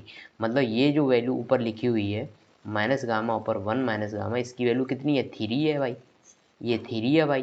तो यहाँ से आप क्या क्या दोस्तों, आप यहाँ से गामा की वैल्यू नहीं निकाल पाओगे। अब इतनी तो समझदार हो दोस्तों तुम, प्यारी प्यारी दोस्तों, इतनी समझदार हो ना दोस्तों। कहो हाँ, कहो हाँ। 2 गामा इक्वल्स टू 3, तो गामा की वैल्यू आ रही है 3/2। ठीक है दोस्तों, ये कोई दिक्कत वाली बात नहीं थी भाई, वेरी वेरी सिंपल था, गामा की वैल्यू निकाल दिया। ठीक है, यहाँ पर गामा, वैसे इस प्रोसेस को एडियाबेटिक ना बोल के पॉलीट्रॉपिक प्रोसेस बोलते हैं, लेकिन इसने एडियाबेटिक बोल रहा है तो मान लेते हैं भाई, इसकी बात ही मान ली जाएगी। ठीक है, ये रिलेशन दे रखा था, तो आपको क्या करना था, अपने रिलेशन को यहाँ तक पहुँचाना था, P और टेम्परेचर में रिलेशन। तो P और टेम्परेचर में रिलेशन मुझे ये मिला, ये मिला भाई, पी और टेम्परेचर में रिलेशन मेरा ये एस्टेब्लिश हुआ ये वाला। तो यहाँ से जो भी टी के ऊपर जो भी पावर लगी हुई है उसको 3 के इक्वल करना था, तो मैंने कर दिया 3 के इक्वल। आगे भी एक ऐसा क्वेश्चन है, इसीलिए मैं आपको इसको कोप्चे में लिखा ही देता हूँ कि पी जो होता है कि T to the power minus gamma upon 1 minus gamma होता है दोस्तों, ठीक है, ये याद रख लो, एक और बार आगे आएगा ये। Next question, a gas is taken through the cycle A B C A, okay, gas इस साइकिल के थ्रू पास हो रही है, ए से बी गई, बी से सी गई, सी से वापस ए आ गई, as shown in the figure. What is the net work done by the gas, पहले ये बताओ, ये साइकिल कैसी है क्लॉकवाइज, तो वर्क डन इसका कैसा आएगा पॉजिटिव, पहली बात तो ये याद रख लो भाई, यहाँ से वर्क डन जो भी मिलेगा वो पॉजिटिव आएगा। कैसे निकालोगे, ग्राफ के अंदर का area 1/2 into base into height, base कितना है इसका 7 - 2 मतलब 5, साथ में यूनिट जरूर लिखना, यूनिट क्या है इसकी 10⁻³ मीटर क्यूब, ये है भाई, तो बेस आ गया। हाइट देखते हैं इसकी 6 - 2 मतलब 4 क्या, इसमें यूनिट नहीं दे रखी भाई, यूनिट देनी पड़ेगी इसकी प्रेशर की यूनिट देगा। फिलहाल मैं मान लेता हूँ कि unit Newton per metre square थी, मैं मान रहा हूँ, हो सकता है इससे कुछ डिफरेंस हो, यहाँ पर वहाँ पर कुछ डिफरेंस हो, यहाँ शायद डिफरेंस था, ये 10⁻6 या 7 दे रखा था, उसके लिए 10⁻6 दे रखा था, मान के चलो भाई, तो ये value Newton per metre square में, तो यहाँ से आप इसको सॉल्व कर लेना, आपके पास आंसर आ जाएगा किसमें जूल में। ये जूल में क्यों आएगा, क्योंकि ये न्यूटन मीटर में आएगी फाइनल चीज़, और न्यूटन मीटर को ही जूल बोला गया दोस्तों। Next question, an ideal gas goes through state A to B via 3 different process, okay, A to B एक गैस जा रही है in 3 different process as indicated in PV diagram, ये पीवी डायग्राम इसका दे रखा है। If Q1, Q2, Q3 indicate the heat absorbed by the gas along the 3 process and U1, U2, U3 indicate the change in internal energy along the 3 process respectively, then देखो 3 process के through आपकी gas गई, ये पहला process ये रहा यहाँ से यहाँ तक, दूसरा प्रोसेस ये रहा यहाँ से यहाँ तक, और तीसरा प्रोसेस ये रहा पूरा, पहले ऐसे आना फिर ऐसे आना, ये पूरा थर्ड पाथ है। अब मुझे बताओ तीनों में इनिशियल स्टेट क्या है ए, फाइनल स्टेट क्या है बी, मतलब इंटरनल एनर्जी तो तीनों ही प्रोसेस में, इंटरनल एनर्जी का चेंज तीनों ही प्रोसेस में सेम आएगा, मतलब 1 पाथ से जाओ 2 से जाओ या 3 से जाओ, इंटरनल एनर्जी का चेंज सेम रहेगा, ये तो बात क्लियर होगा। इंटरनल एनर्जी तीनों में सेम है, मतलब पहला ऑप्शन होगा या दूसरा ऑप्शन होगा, इनमें से दो में से कोई होगा, ये U2 लिखा है तो ये दो में से ही होगा, ये तो वैसे ही कट गए क्योंकि इंटरनल एनर्जी चेंज नहीं हो सकती। अब बात करते हैं हीट एब्जॉर्ब की, तो हीट एब्जॉर्ब जो होती है Q1 फर्स्ट पाथ में देंगे तो U1 + W1, Q2 U2 + W2, और Q3 heat absorb equal to U3 + W3, क्योंकि तीनों ही प्रोसेस में U1 U2 U3 तो सेम है, तो जिस प्रोसेस में वर्क डन ज़्यादा हो रहा होगा उसी प्रोसेस में Q की वैल्यू ज़्यादा होगी दोस्तों, क्योंकि हर एक प्रोसेस में देखो, हर एक प्रोसेस में वॉल्यूम तो इंक्रीज़ हो रहा है, मतलब या वॉल्यूम इंक्रीज़ हो रहा है ना हर एक प्रोसेस में, चाहे 1 में देखो, चाहे 2 में, चाहे 3 में, क्योंकि देखो ये इनिशियल वॉल्यूम है और ये फाइनल वॉल्यूम, हर एक प्रोसेस में वॉल्यूम इंक्रीज हो रहा है, मतलब वर्क डन पॉजिटिव ही है, वर्क डन पॉजिटिव है। और देखते हैं सबसे ज़्यादा किस में है वो, तो पीवी ग्राफ से वर्क डन कैसे देखते हैं, तो पीवी ग्राफ के अंडर का एरिया, तो प्रोसेस नंबर 1 में देखो ये रही, तो इसके अंडर एरिया कितना आएगा, ये पूरा नीचे का यहाँ से यहाँ तक का, ठीक है। प्रोसेस नंबर 2 में कितना एरिया आएगा, ये देखो पहले मैं ये बना लेता हूँ, ये वाला एरिया बस, ठीक है, इतना एरिया, ये वाला, ये अंदर वाला यहाँ पर भी, और ये नीचे वाला, ठीक है, ये सब एरिया 2 में आएगा। 3 में कितना एरिया आ गया दोस्तों, 3 में आएगा सिर्फ और सिर्फ ये वाला एरिया नीचे का, ये यहाँ तक का एरिया, ये ऊपर नहीं आएगा। तो सबसे ज़्यादा वर्क डन किस में, 1 में, उसके बाद में 2 में, उसके बाद में 3 में, तो यही ऑर्डर रहेगा हीट एब्जॉर्ब का, सबसे ज़्यादा Q1 फिर Q2 + Q3, जो वर्क का ऑर्डर होगा वो ही हीट का ऑर्डर होगा, क्योंकि U1 U2 U3 तो तीनों में सेम है, तो सिर्फ डिसाइडिंग फैक्टर यहाँ पे वर्क ही होगा। नेक्स्ट है 19th number question, a thermodynamic system is taken through the cycle ABCD as shown in the figure, heat rejected by gas during the cycle is, तो बेटा यहाँ पर साइकिल दे ही नहीं रखी, मैं कैसे निकालूँ हीट को, चलो मैं बता देता हूँ, यदि कोई साइकिल जैसे आपको दे रखी हो, ठीक है, ABCD साइकिल आपको दे रखी हो कुछ AB, अच्छा ABCD है ना, ऐसे मान लेते हैं कोई साइकिल दे रखी हो आपको ABCD, इसने पूछा thermodynamic taken through ABCD, figure नहीं दे रखा, heat rejected by the gas during the cycle, तो देखो हीट रिजेक्टेड कैसे निकालोगे इस साइकिल के लिए, Q = ΔU + W, ठीक है। यदि साइकिल की बात हो रही है तो आप जिस पॉइंट से चले थे उसी पॉइंट पे पहुंच गए, ए से चले उसी पे पहुंच गए, मतलब यू तो डेल्टा यू तो वहाँ पे 0, तो Q is equal to W, directly W। अब ये बताओ, यहाँ पर वैसे डायग्राम नहीं दे रखा, ये डायग्राम दे रखा होना चाहिए तभी निकालते। अब ये पूछ रहा है heat rejected by the cycle. तो एक बात बताओ मुझे, ये साइकिल क्लॉकवाइज वाली होगी या एंटी क्लॉकवाइज वाली, सोच के बताओ। क्लॉकवाइज वाली साइकिल होगी या एंटी क्लॉकवाइज वाली? यदि ये साइकिल क्लॉकवाइज वाली होगी बेटा, तो इसका वर्क कैसा आएगा? पॉजिटिव। वर्क पॉजिटिव मतलब क्यू भी पॉजिटिव, क्योंकि डेल्टा यू तो 0 हो गया साइकिल के लिए। यदि वर्क पॉजिटिव तो क्यू भी पॉजिटिव। इससे क्या पता चलता है कि heat is absorb by the system, system को हीट प्रोवाइड करी गई है, सिस्टम हीट एब्जॉर्ब कर रहा है। मतलब ये आंसर नहीं हो सकता, मतलब ये साइकिल क्लॉकवाइज नहीं हो सकती, क्योंकि इसने बोला है heat rejected by the system by the cycle. तो हीट रिजेक्टेड हो रही है साइकिल में, इसका मतलब ये हुआ कि वो साइकिल कैसी होगी? एंटी क्लॉकवाइज, एंटी क्लॉकवाइज होगी भाई, क्लॉकवाइज नहीं होगी, एंटी क्लॉकवाइज। ऐसे चल रही होगी कुछ साइकिल, एंटी क्लॉकवाइज होगी भाई, ऐसे चलेगी, ऐसे एंटी क्लॉकवाइज होगी। तो इसका मतलब डब्ल्यू नेगेटिव होगा। साइकिल में डब्ल्यू नेगेटिव कब होता है? जब साइकिल एंटी क्लॉकवाइज हो। डब्ल्यू नेगेटिव होगा तो क्यू भी नेगेटिव होगा, और क्यू नेगेटिव होगा मतलब हीट रिजेक्ट हो रही होगी सिस्टम के द्वारा। समझ गए? हालांकि मुझे एग्जैक्ट वैल्यू नहीं पता, नहीं तो मैं वर्क डन निकाल देता और वही वर्क डन में माइनस लगा देता, मतलब वो हीट इतनी रिजेक्ट होती। समझ गया? समझ रहे हो ना बेटा? कितना अच्छा क्वेश्चन, मज़ेदार है ना। नेक्स्ट है, 1 mole of gas, ideal gas, goes through an initial state A to final state B। एक गैस है जो कि इनिशियल स्टेट ए से फाइनल स्टेट बी में जा रही है, दो प्रोसेस के थ्रू। फर्स्ट प्रोसेस में क्या हो रहा है? आइसोथर्मल एक्सपेंशन फ्रॉम वॉल्यूम अच्छा, पहले इसका वॉल्यूम जो है V से 3V हुआ। आइसोथर्मल प्रोसेस में वॉल्यूम V से 3V हुआ। तो आइसोथर्मल एक्सपेंशन कैसा होता है? ऐसा, यहाँ पर वॉल्यूम, ये PV डायग्राम है, यहाँ पर वॉल्यूम V है और यहाँ पर वॉल्यूम 3V हो गया, ऐसा इसने बोला आइसोथर्मल के थ्रू। फिर आपने क्या किया? Then its volume is reduced from 3V to V। अब इसका वॉल्यूम 3V से V जा रहा है, किस प्रोसेस के थ्रू? एट कॉन्स्टेंट प्रेशर के थ्रू। तो बेटा कॉन्स्टेंट प्रोसेस ये होती है, कॉन्स्टेंट प्रेशर प्रोसेस ये होती है। तो ऐसा कुछ डायग्राम हो जहाँ पर इनिशियल वॉल्यूम V से 3V गया, फिर 3V से V चला गया कॉन्स्टेंट प्रेशर के थ्रू। इन चारों में से देख लो कौन सा डायग्राम ये रिप्रेजेंट। ये वाला डायग्राम नहीं हो सकता क्योंकि आइसोथर्मल एक्सपेंशन हो रहा है, साइन ऐसा बनना चाहिए था। ये वाला डायग्राम नहीं हो सकता क्योंकि ये प्रोसेस कॉन्स्टेंट प्रेशर नहीं है। ये वाला डायग्राम नहीं हो सकता क्योंकि ये आइसोथर्मल के लिए स्ट्रेट लाइन नहीं बनती। ये वाला डायग्राम ही होगा क्योंकि यहाँ पर पहले आइसोथर्मल एक्सपेंशन हो रहा है और उसके बाद में ये कंप्रेशन हो रहा है कांस्टेंट प्रेशर की तरफ। ये option number D is correct answer. Next question, mass of diatomic gas at a pressure of 2 atmosphere. Okay, एक कोई मास है डायटोमिक गैस का, तो डिग्री ऑफ फ्रीडम कितनी हो जाएगी? 5, और गामा की वैल्यू कितनी हो जाएगी? 1 + 2/f। 1 + 2/f मतलब 1 + 2/5, दैट इज 7/5। तो गामा की वैल्यू ये होगी इसके लिए। ठीक है, इनिशियल प्रेशर इसने दे रखा है 2 एटमॉस्फेयर, 280।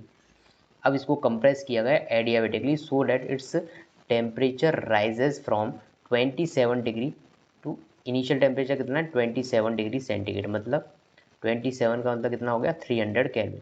फाइनल टेम्परेचर इसका कितना है? 927 डिग्री सेंटीग्रेड, मतलब 1200 केल्विन। ठीक है, टू द, ठीक है, pressure of gas in final state. आपको फाइनल प्रेशर पूछा गया, इनिशियल प्रेशर दे रखा है, फाइनल प्रेशर पूछा गया, इनिशियल और फाइनल टेम्परेचर दे रखे। मतलब आपको P और T का रिलेशन चाहिएगा, P और T का रिलेशन चाहिएगा। जो अभी अभी अपन ने डेराइव करके निकाला था वही रिलेशन है दोस्तों, वही रिलेशन है जो अभी अपन ने डेराइव करके, मैंने बताया था ना, P = T⁻⁻⁻⁻⁻⁻, वो रिलेशन ये ही तो था दोस्तों, ये रिलेशन था, यही रिलेशन था। तो इसमें आपको बस यही रिलेशन लगाना है। तो P1⁻1 - into T1⁻γ = P⁻1 - into T⁻γ।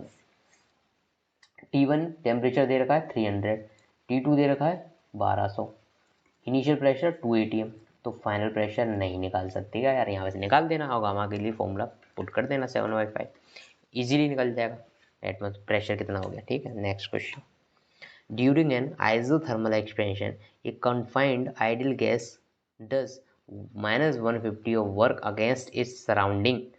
this implies that confined gas does -150 कैसे हो जाएगा भाई? ये शायद देखता हूँ मैं, अपनी बुक में देखता पड़ेगा मुझे, बुक में देख लेना पड़ेगा कि ये आखिरकार लिखा क्या हुआ है यहाँ पर। बुक में देख लेना पड़ेगा, मैं देखता हूँ भाई, बुक में देख लेता हूँ जहाँ पर ये क्वेश्चन जहाँ से मैंने लिए। अच्छा ये माइनस नहीं है, सिर्फ 150 जूल है। एक आइसोथर्मल एक्सपेंशन हो रहा है जिसमें आइडियल गैस जो है, माइनस माइनस कुछ नहीं है, ये 150 जूल वर्क कर रही है भाई। कोई सिस्टम है आइसोथर्मल प्रोसेस में कितना वर्क कर रहा है, 150 जूल। आइसोथर्मल प्रोसेस के लिए ये इक्वेशन लिखते हैं, delta Q equal to delta U plus W. Isothermal में टेम्परेचर चेंज नहीं होता तो डेल्टा यू की वैल्यू भी ज़ीरो होती है, क्योंकि आइडियल गैस के लिए ये वाली वैल्यू होती है। यदि टेम्परेचर चेंज जीरो है तो ये delta U is zero. Q is directly proportion to W. यदि सिस्टम 150 जूल वर्क कर रहा है, if system is doing work then work is positive. System is doing work means work is positive. इसका मतलब जितना वर्क कर रहा है उतनी हीट आपको प्रोवाइड करनी पड़ेगी, मतलब 150 joule of heat will be provided to system. आप सिस्टम को 150 जूल हीट प्रोवाइड करोगे तब ये इतना वर्क करेगा वाया आइसोथर्मल प्रोसेस। तो यहाँ पर 150 joule of heat has been removed from gas, नहीं रिमूव नहीं करोगे आप, 150 joule of heat added to the gas, ये सही है। ये वाला ऑप्शन हो जाएगा, इसका डी ऑप्शन सही। नेक्स्ट है 23, a monoatomic gas at a pressure P having a volume V expand isothermally to volume 2V। Okay, initial pressure जो है P है, इनिशियल वॉल्यूम जो है V है, आपने क्या किया इसको आइसोथर्मली एक्सपेंड कराया, मतलब फाइनल वॉल्यूम इसका 2V करा दिया। आइसोथर्मल प्रोसेस के थ्रू आपको फाइनल प्रेशर देखना है पहले तो P1V1 equal to P2V2 4 isothermal equal to P2 into V2 कितना है 2V। तो जो फाइनल प्रेशर जो है इनिशियल प्रेशर का आधा हो गया, ये बात सही है। फिर आपने क्या किया, देन एडियाबेटिकली आपने इसका वॉल्यूम करा दिया 16V। आप अब एडियाबेटिकली, अच्छा ये क्वेश्चन तो अभी अभी किया था यार। अब आपके पास इनिशियल प्रेशर कितना है, अभी अभी इनिशियल प्रेशर कितना है P/2, क्योंकि अब फर्दर आप यहाँ से आगे चल रहे हो और आपके पास वॉल्यूम इस जगह पर कितना है 2V। अब आप एडियाबेटिकली इसको वापस एक्सपेंड करा रहे हो, तो इसका फाइनल वॉल्यूम कितना कर रहे हो आप, फाइनल वॉल्यूम 16V कर रहे हो। आपको फाइनल प्रेशर की वैल्यू चाहिए, फाइनल प्रेशर चाहिए, मैं इसको इनिशियल बोल देता हूँ, ये फाइनल प्रेशर चाहिए। तो अब यहाँ से यहाँ तक के लिए लगा दो भाई, PI/VI की पावर गामा, PF/BF की power gamma, initial pressure P/2, initial volume 2V। Gamma की वैल्यू कौन सी गैस है, मोनो एटॉमिक है, monoatomic. Gamma equal to 1+2/f, gamma equal to 1+2/3 three, gamma की वैल्यू 5/3, gamma is 5/3 equal to final pressure निकालना है, फाइनल वॉल्यूम 16V अभी अभी कराया, सेम क्वेश्चन है, आंसर भी शायद यही है इसका, देख लेना आप निकाल के। नेक्स्ट क्वेश्चन आपके द्वारा आ चुका है दोस्तों, if U and W represent the increase in internal energy and work done by the system respectively in thermodynamic process, okay, which of the following is true, U is the increase in energy, okay, और W is the work done by system, तो ये W is positive होगा, work done by the system is positive. आपको पूछा है क्या adiabatic process के लिए ये वाला रिलेशन वैलिड होगा क्या, एडियाबेटिक प्रोसेस मतलब Q equals to U plus W, ये लगाना पड़ेगा आपको। एडियाबेटिक में Q की वैल्यू 0 हो जाती है तो U equals to minus W, yes exactly right, first option is correct, first option is correct. क्या आइसोथर्मल के लिए ये वाला ऑप्शन वैलिड होगा क्या, आइसोथर्मल में इंटर एनर्जी का चेंज 0 होता है, मतलब U तो 0 हो जाएगा, U 0 हो जाएगा, Q इक्वल्स टू W होता है आइसोथर्मल में, तो ये नहीं हो। बाकी ऐसे चेक कर लेना, ये तीनों गलती होंगे क्योंकि ये मल्टीपल करेक्ट तो है नहीं, सिंगल करेक्ट है, तो मैंने पहले ही अपने फाइंड आउट कर लिया फर्स्ट वाला, तो फर्स्ट वाला आंसर करेक्ट है। नेक्स्ट है, इन thermodynamic process which of the following is not true, okay okay okay.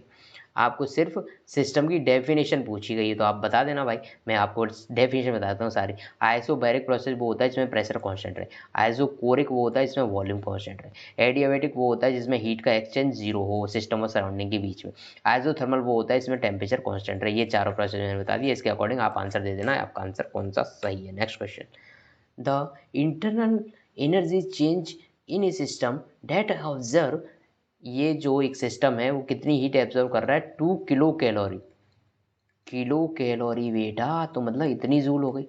Kilo के लिए मैंने 10⁻³ से मल्टीप्लाई किया, कैलोरी को जूल में कन्वर्ट करने के लिए 4.18 से मल्टीप्लाई कर दिया।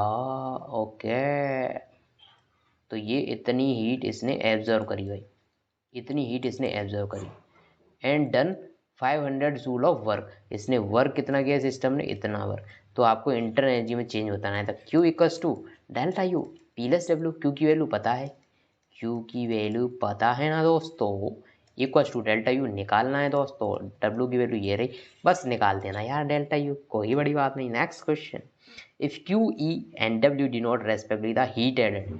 क्यू है हीट एडेड, मतलब हीट सिस्टम को ऐड करी गई है, मतलब पॉजिटिव। और यू यहाँ पर ई जो है change in internal energy, okay, change in internal energy and work done in close process. Work is done by the system, मतलब ये वर्क भी पॉजिटिव। आपसे पूछा गया है वर्क डन, ये सारी चीज़ें दे रखी हैं, ये किसके लिए, क्लोज साइकिल के लिए। तो आपके पूछा गया क्या W0 का, नहीं यार, वर्क जीरो थोड़ी होता है क्लोज साइकिल में, बिल्कुल नहीं। Q और W दोनों इक्वल होंगे और जीरो के इक्वल होंगे, नहीं यार। E equal to zero, 100% correct. Close cycle के लिए चेंज इन इंटरनल एनर्जी क्या होता है, जीरो। क्लोज साइकिल के लिए इंटरनल एनर्जी का चेंज कितना होता है, जीरो, जहाँ पर ई जो है इंटरनल एनर्जी को रिप्रेजेंट कर रहा है, ये इसने पहले ही बता दिया। इसका मतलब ई की वैल्यू जीरो होगी क्लोज साइकिल के लिए, बिल्कुल सही है। Next question, next question, 1 mole of ideal gas at temperature T K, okay, 1 mole ideal gas है जिसका टेम्परेचर जो है, इनिशियल टेम्परेचर कितना है, T, okay, T kelvin. Does R joule of work adiabatically.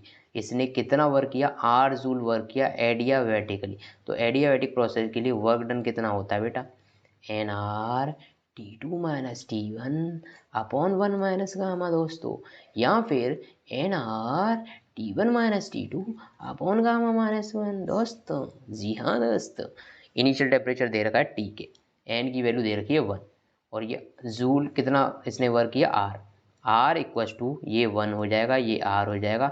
Initial temperature T है minus final temperature मुझे निकालना पड़ेगा, अपॉन गामा माइनस 1। गामा देखते हैं, इसने बताया होगा कुछ गैस के बारे में, नहीं बताया होगा तो कोई दिक्कत नहीं। इसने CP/CV का रेशियो दे दिया, इसने दे दिया ratio of specific heat of this gas at constant pressure, मतलब CP, और एट कांस्टेंट वॉल्यूम, मतलब CP/CV का रेशियो दे दिया इसने 5/3।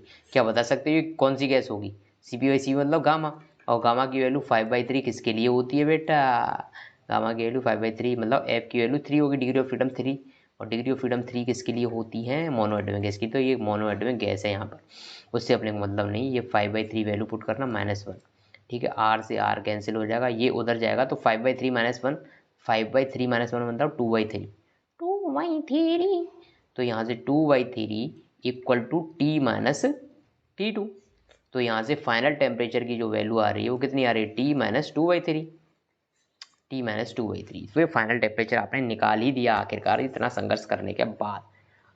क्या जी दोस्तों, ये निकाल दिया ना आपने, आर जूल ऑफ वर्क इसने किया, ठीक है ठीक है ठीक है ठीक है। आपसे पूछा क्या है, the final temperature of gas, ओ यही पूछा है बस। तो फाइनल टेम्परेचर ऑफ गैस तो मैंने निकाल ही दिया। देखो यहाँ पर एक भी आंसर मैच नहीं कर रहा, उसका पीछे रीज़न ये है, मुझे अभी याद आ रहा है कि यहाँ पर आर जूल ना होगी, शायद 5R या 6R ऐसा कुछ वर्क है। तो क्या मैं अपनी मैजिक बुक खोलूँ जिसमें मैंने ये क्वेश्चन लिखा होगा कहीं, क्या ये मैजिक बुक मुझे खोलनी पड़ेगी दोस्तों, हाँ, वर्क 6R दे रखा है मैंने, मैजिक बुक में देख लिया, 6R वर्क है यहाँ पर। यदि ये वर्क 6R होगा दोस्तों, तो यहाँ पर ये 6 का मल्टीप्लाई होगा, 3 2 या 6, ये 4 आएगा ना, तो T माइनस T2 की वैल्यू कितनी आएगी, 4। तो यहाँ पर T2 जो आंसर होगा वो T माइनस 4 आंसर होगा आपका। तो ये ऑप्शन हो जाएगा, मैच करके ना 6R था यहाँ पे वर्क, मुझे याद आ गया कुछ कुछ अपनी ब्लैक बुक और मैजिक बुक बोलूँ इसको, उसके बारे में। 29 नंबर क्वेश्चन है, initial pressure and volume of gas are P and V। Initial pressure कितना है P, इनिशियल वॉल्यूम कितना है V। First it is expanded isothermally, पहले ये एक्सपेंड हुआ आइजोथर्मली, और आइजोथर्मली इसका वॉल्यूम कितना हो गया 4V, मतलब फाइनल वॉल्यूम कितना हो गया 4V। तो प्रेशर कितना हो गया होगा बेटा, P1 V1 equal to P2 V2, 4 isothermal, initial pressure P, initial volume V, final pressure निकालना है, और फाइनल वॉल्यूम 4V। तो यहाँ से प्रेशर जो हुआ वो P/4 हो गया, यहाँ पर जो प्रेशर है वो P/4 है। अब आप क्या कर रहे हो, देन मतलब यहाँ तक पहुँचने के बाद, पहले आप यहाँ तक पहुँचे, इसके बाद इसको एडियाबेटिकली कंप्रेस कर रहे हैं, किस वॉल्यूम तक, V वॉल्यूम तक। तो आपको बताना है फाइनल प्रेशर, आपके लिए इनिशियल स्टेट ये रही, फाइनल स्टेट ये रही, ठीक है। ये इसको इनिशियल स्टेट बोलते हैं भाई, और ये अपनी फाइनल स्टेट है। तो लगा दो भाई पी आई वी आई की power gamma equal to P F V F की पावर गामा। इनिशियल प्रेशर कितना है P/4, इनिशियल वॉल्यूम कितना है दोस्तों 4V। गामा की वैल्यू क्या होगी, gamma is gamma gamma gamma gamma gamma gamma gamma gamma initial फजन। गामा के लिए आपको इसको गैस का टाइप देना पड़ेगा, यहाँ तो डायरेक्टली गामा की वैल्यू देनी पड़ेगी, उसके बगैर तो आप इसको कैसे ही निकाल पाओगे। तो गामा की वैल्यू इसमें 3/2 दे रखी थी डायरेक्टली, ये यहाँ पर जो वैल्यू दे रखी है गामा की ये 3/2, तो ये 3/2। फाइनल प्रेशर आपको निकालना है, फाइनल वॉल्यूम कितना हो गया V, ये 3/2। अरे बोलना बच्चा, ये P/4, इसको मैं ये 4 की पावर 3/2, ये इससे कट गया अंदर, और ये इसको 4 को क्या लिख सकता हूँ 2 की पावर 2, ये कट जाएगा। तो final pressure equal to P/4 into 2 to the power 3 means ये 2 2 जा 4 2 जा 8/4 मतलब 2P। Final pressure initial pressure का 2 गुना होगा वो। तो दोस्तों अरे दोस्तों समझ में आला ना। Next question 30, when volume changes from V to 2V at constant pressure then changes in internal energy will be okay। आपको बताया गया है दोस्तों कि वॉल्यूम है V से 2V हो जाता है कांस्टेंट प्रेशर पर, प्रेशर कांस्टेंट है, then change in internal energy. तो इंटरनल एनर्जी में जो चेंज का फॉर्मूला होता है दोस्तों वो ये होता है कुछ NCV डेल्टा T, लेकिन यहाँ पर प्रेशर वॉल्यूम का रिलेशन दे रखा है, टेम्परेचर का कोई अता पता नहीं है, टेम्परेचर का कोई अता पता नहीं है, लेकिन अता पता लापता PV इक्वल टू NRT तो पता है ना मुझे दोस्तों। तो मैं दोस्तों T2 की जगह क्या लिख दूँ P2V2/NR, और इसकी जगह P1V1/NR दोस्तों। N when volume change energy, n से एन देखो, एन से एन कटा ओ एन से एन कटा एन से एन गया। CV की वैल्यू कितनी होती है भाई F/2 इंटू R/R, ये है ये कट जाएगा। फाइनल प्रेशर P है क्योंकि प्रेशर चेंज नहीं हो रहा, कांस्टेंट प्रेशर बोला है इसने। Final volume 2V, initial pressure BP होगा क्योंकि कांस्टेंट प्रेशर है, इनिशियल वॉल्यूम V। दोस्तों इसमें कुछ बचा, ये 2PV माइनस PV मतलब PV, अंदर तो PV आया बाहर आया F/2। F क्या है डिग्री ऑफ फ्रीडम, F क्या है यहाँ पर डिग्री ऑफ फ्रीडम, और डिग्री ऑफ फ्रीडम आपको तब तक पता नहीं चल सकती जब तक पता नहीं चल सकती दोस्तों, तब तक आपको इस गैस का टाइप ना पता हो। जब तक इस गैस का आपको टाइप ना पता हो तो ये गैस का टाइप आपको पता रखना पड़ेगा, तभी आपको आंसर मिल पाएगा। तो PV इंटू F/2 इसका आंसर आएगा। यदि ये गामा की टर्म्स में आपको दे रखा हो तो गामा इक्वल टू होता है 1+2/f, तो यहाँ से 2/f की वैल्यू आती है गामा-1, तो यहाँ से f की वैल्यू हो जाएगी 2/गामा-1। तो गामा के रूप में बच्चों मैंने आपको ये क्यों बताया क्योंकि ये ऑप्शन दे रखे हैं वो गामा की फॉर्म में ही थे। तो आप क्या करो f की जगह वैल्यू पुट कर दो 2 ये से ये कट गया, वैल्यू हो जाएगी PV/गामा-1, यही इसका आंसर था। PV/गामा-1 एक ऑप्शन था, शायद थर्ड ऑप्शन PV/गामा-1, यही आपको टिलिक करना था। टिलिक क्या करना था दोस्तों, टिलिक करना था, टिलिक PV/गामा-1। ठीक है, कोई दिक्कत परेशानी कोई समस्या नहीं है। नेक्स्ट क्वेश्चन देख लेंगे अपन। A gas of volume 2 litre to 10 litre at constant temperature 300 kelvin then change in internal energy will be. Constant volume pressure process है बेटा, कैसा प्रोसेस है, एक गैस ऑफ वॉल्यूम चेंज, अच्छा कांस्टेंट प्रेशर है ना, कांस्टेंट प्रेशर प्रोसेस है, change in internal energy पूछा गया। दोस्तों इतने बेवकूफ़ थोड़ी हैं अपन, इतने बेवकूफ़ थोड़ी हैं कि इसमें प्रेशर का चेंज देखते रहे। यदि process is isothermal then delta T is 0, that mean change in internal energy equals to 0। Answer D is click click click click click click. Next question है, a sample of gas expand from volume V1 to V2, the amount of work done by gas is greatest when the expansion is। अच्छा एक gas है वो expand हो रही है volume V1 से V2 और डिफरेंट प्रोसेस के थ्रू हो रही होगी भाई, ठीक है, एक्सपेंशन डिफरेंट प्रोसेस के थ्रू हो रहा है। ये कौन सा प्रोसेस है, कांस्टेंट प्रेशर, ये कौन सा प्रोसेस है, कांस्टेंट वॉल्यूम, ठीक है, वॉल्यूम इक्वल टू कांस्टेंट। अब ये दो प्रोसेस हैं, एक में एडियाबेटिक होगा और ये अच्छा एक्सपेंड हो रही है ना, तो constant volume pressure, constant volume वाला तो आप बना ही नहीं सकते यहाँ पर, क्योंकि वॉल्यूम कांस्टेंट, वॉल्यूम का मतलब वॉल्यूम कांस्टेंट होगा, लेकिन यहाँ पर तो एक्सपेंशन हो रहा है, मतलब कांस्टेंट वॉल्यूम का कोई केस नहीं बनेगा, कांस्टेंट वॉल्यूम का कोई केस नहीं बनेगा। और फाइनल वॉल्यूम तीनों ही केस में सेम आ रहा है और इनिशियल वॉल्यूम तीनों ही केस में सेम है। अब ये बता दो मुझे कौन से केस में सबसे ज़्यादा वर्क डन हो रहा होगा, जिसके अंडर सबसे ज़्यादा एरिया, देखो यहाँ पे आइसोबारिक के अंडर ये पूरा एरिया आ रहा होगा, ठीक है। और ये कौन सा होता है, आइसोथर्मल, ये कौन सा होता है, एडियाबैटिक, एडियाबैटिक। तो मतलब आइसोथर्मल के लिए इतना एरिया आएगा, एडियाबैटिक के लिए और कम आएगा, सिर्फ इतना आएगा। तो सबसे ज़्यादा वर्क किस में हो रहा होगा भाई, फर्स्ट वाले में। इसको फर्स्ट नाम दे दूँ, इस फर्स्ट को मैं क्या नाम दूँ दोस्तों, तो सबसे ज़्यादा W1, फिर W2, फिर W3। कंप्रेशन होता यदि ये दोस्तों, ये कंप्रेशन होता तो उसकी बात मैं आपके कर ही चुका हूँ। ये कंप्रेशन कांस्टेंट प्रेशर, ये कंप्रेशन है एक, ये कंप्रेशन है टू। इन दोनों में से कौन सा एडियाबैटिक होता है, यहाँ पर ऊपर वाला एडियाबैटिक होता है।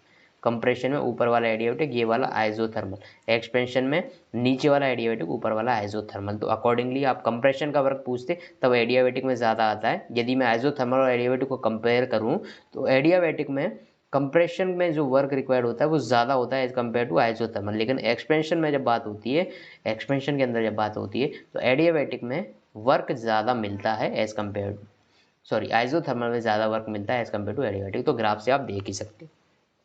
नेक्स्ट क्वेश्चन है, N ideal gas undergoes adiabatic change, okay, has which of the following pressure temperature relationship and, अच्छा ये क्या पूछ दिया ऐसे, एक आइडियल गैस है इसमें एडियाबैटिक चेंज हो रहे हैं तो आपको प्रेशर और टेम्परेचर में रिलेशन बताना था। अच्छा जी, प्रेशर टेम्परेचर में रिलेशन, तो लेकिन मुझे तो यही वाला रिलेशन पता है, तो कोई दिक्कत नहीं, मैं अभी भी कई बार इसको डेराइव कर ही चुका हूँ। पीवी को show NRT ideal gas equation. मुझे प्रेशर टेम्परेचर में रिलेशन चाहिए तो वॉल्यूम हटाना पड़ेगा दोस्तों। इस जमाने को क्या हो गया, जिसको चाहा वही बेवफा हो गया। ये एक नया कांस्टेंट है, एक नया कांस्टेंट है, इसको सी डैश नाम दे दूँ, ठीक है। इसको यहाँ से हटा के उधर ले गया, सी अपॉन सी डैश भी ये कांस्टेंट है तो इसको के नाम दे दूँ, के नाम दे दूँ। यहाँ से रिलेशन क्या आया, P1 माइनस गामा टी की power gamma equals to constant. ये रिलेशन होता है प्रेशर टेम्परेचर में एडियाबैटिक प्रेशर के अंदर। तो ऑप्शन बी यही था, यहाँ पर उल्टा सीधा लिख गया है, लेकिन ये ऑप्शन बी आपका करेक्ट ऑप्शन ये होगा। अब हो सकता है कि वो कुछ अलग चमत्कार करके लिख रहा हो, चमत्कारी बच्चा भी हो सकता है, वो ऐसे करके लिख रहा हो C T to the power minus gamma, तो ये भी सही है, ठीक है। वो इसको टेम्परेचर को इधर रखे, प्रेशर को इधर ले जाए, सी अपॉन पी की पावर 1 माइनस गामा, यही होगा। तो टी की पावर गामा क्या हो जाएगा, सी इंटू पी की पावर गामा माइनस 1, ऐसा भी लिख सकता है। मतलब लिखने के तरीके हैं, बस लिखने के तरीके हैं, नजर